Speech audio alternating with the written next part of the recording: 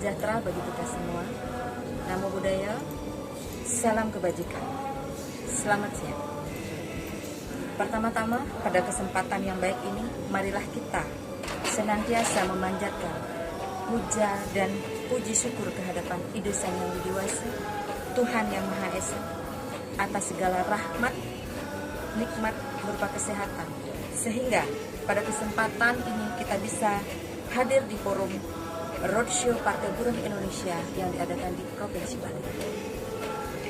Tidak lupa yang saya hormati Bapak Presiden Insinyur Haji Said Iqbal, Partai Buruh Indonesia yang telah mempercayakan kepada DPD Partai Buruh Indonesia Provinsi Bali atas terselenggaranya roadshow ini di Provinsi Bali. Begitu juga kepada sahabat-sahabat pengurus Partai Buruh Indonesia yang selalu membimbing untuk terselenggaranya acara ini.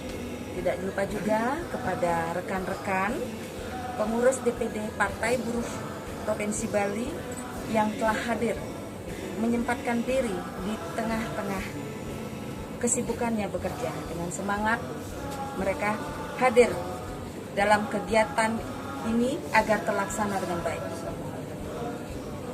Masyarakat Bali yang kami cintai, DPD Partai Buruh Indonesia Provinsi Bali dikatakan seperti bayi yang baru lahir.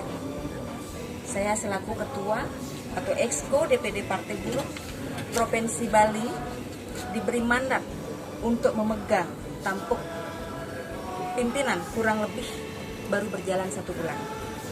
Bagi saya ini adalah sebuah tantangan yang harus dijalankan untuk terjun ke ranah politik. Di mana pada saat ini jumlah penduduk Bali kurang lebih 4 juta orang yang dimana terbagi menjadi 8 kabupaten dan 1 kota madya.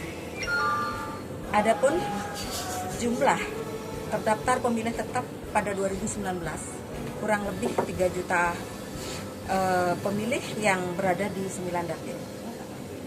Dengan adanya roadshow Partai Buruh ini sangatlah penting bagi pengurus DPD Partai Buruh Provinsi Bali khususnya dan para calon kader-kader Partai Buruh pada umumnya untuk lebih mengenal platform dengan visi dan misi serta 3 pilar Partai Buruh yang bergabung di Partai Buruh Indonesia ini. Semoga dengan adanya kegiatan roadshow ini menjadi tolak ukur dan menjadi acuan serta semangat bagi para pengurus DPD Provinsi Bali. Demikianlah yang dapat saya sampaikan, kurang lebih kami mohon maaf. Sekali lagi terima kasih. Sebagai penutup saya ucapkan Paramisanti. Om Santi Santi Santi.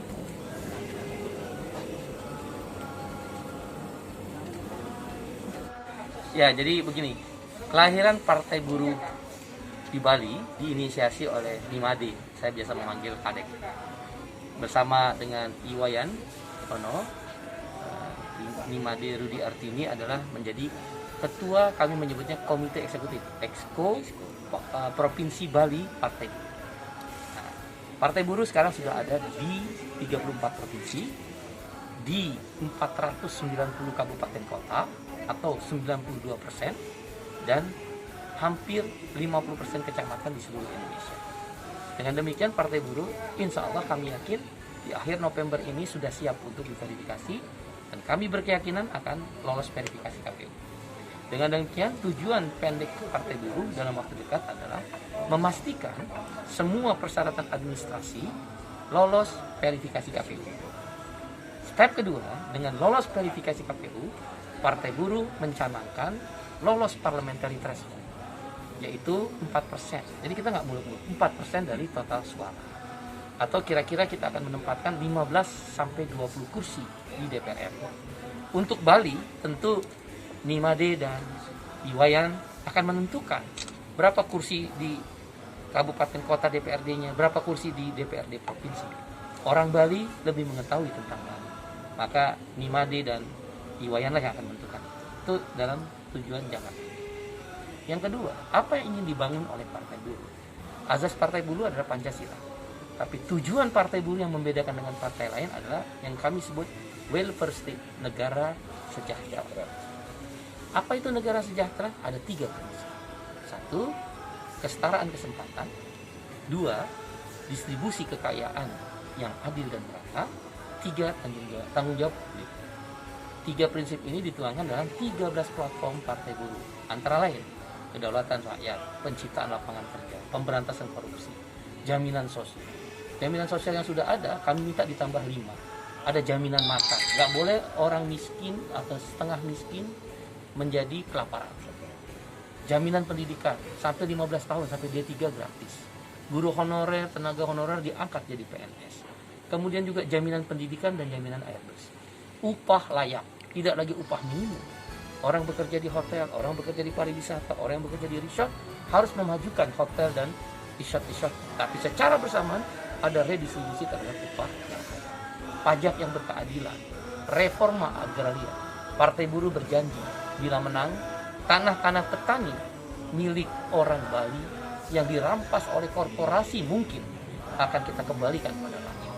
Tanah untuk rakyat dan kedaulatan pangan. Padi-padi yang ditanam di Bali akan mensejahterakan rakyat Bali karena bisa diekspor kalau dia punya kelebihan.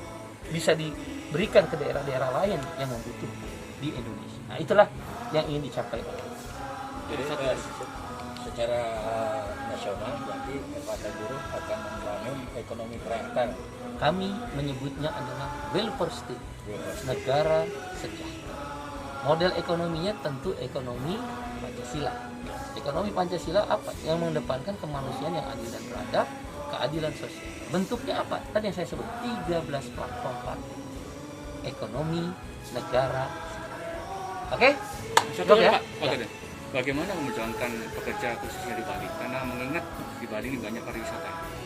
Pertama, Bali punya kekhasan dalam industri atau lapangan pekerjaan, yaitu pariwisata. Bahkan, kalau saya tidak salah, dari total pendapatan pariwisata negara Indonesia, 70% disumbang oleh Bali. Dengan demikian, harus ada sebuah undang-undang khusus terhadap Bali, sebagaimana undang-undang istimewa untuk beberapa provinsi lain, yaitu redistribusi terhadap pajak dari pariwisata yang diberikan kepada negara di tingkat pusat dikembalikan ketika pariwisata terhantam seperti kasus pandemi, krisis ekonomi. Bentuknya apa? Tawaran Partai Buruh adalah jaminan makanan. Tawaran Partai Buruh adalah jaminan uang. Tawaran Partai Buruh adalah ada saving terhadap pendapatan atau upah yang didapat pekerja di Bali. Jadi ketika dia terkena pandemi, dia bisa saving. Apa? Nabung. Kuncinya apa untuk nabung? Upah yang layak. Kira-kira begitu. Ade, bicara sedikit sebagai Partai Buruh. Bicara sedikit. Apa yang diharapkan oleh Partai Buruh? Harapan saya sangat besar banget ya untuk masyarakat Bali pada umumnya. Karena apalagi Bali itu kan kita dengan dunia pariwisata yang hidup kita boleh bilang tidak seperti negara-negara lain ataupun provinsi-provinsi lain yang dia punya sumber daya alam dan sebagainya. Kita hanya murni di pariwisata ya, 99% hampir penghasilan kita itu. Jadi besar harapan saya Partai Buruh mampu membangkitkan kembali pariwisata Bali. Itu harapan pertama saya. Dan bisa mensejahterakan para pekerja, terutama para pekerja hotel ataupun restoran apa dan sebagainya lah.